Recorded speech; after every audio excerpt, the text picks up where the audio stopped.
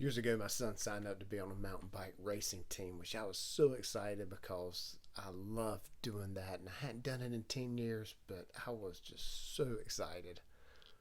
And I remember going to his first practice, him and I went, and they divided the team into three groups: slow, medium, and fast.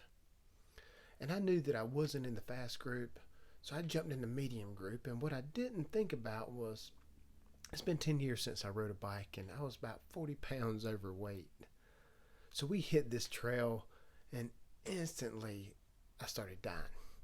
My heart was just beating so bad, I felt it in my head, and I couldn't catch my breath. My legs, my knees, basically every part of my body was hurting at this point. And I remember the team had to stop for me to catch up, which was, I know my son was embarrassed.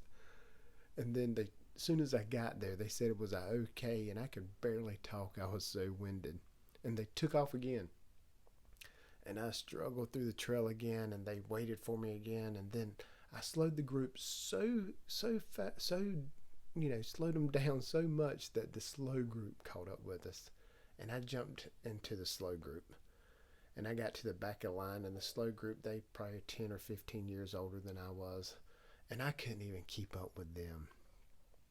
And I remember we going around this trail, and this group said, "Y'all want to go back to the parking lot?" And I was like, "Oh, thank goodness." And it's like some guy said, "No, let's try a little bit." And for some reason, I did the same thing. And I was hoping my bike would break or anything.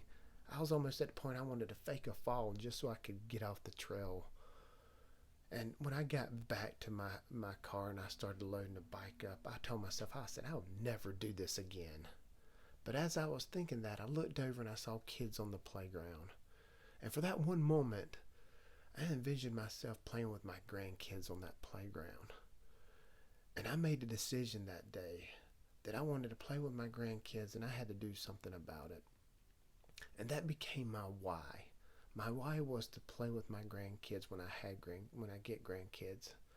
But I wanted that why to be so powerful that it could get me through the tough times and the times I wanted to quit.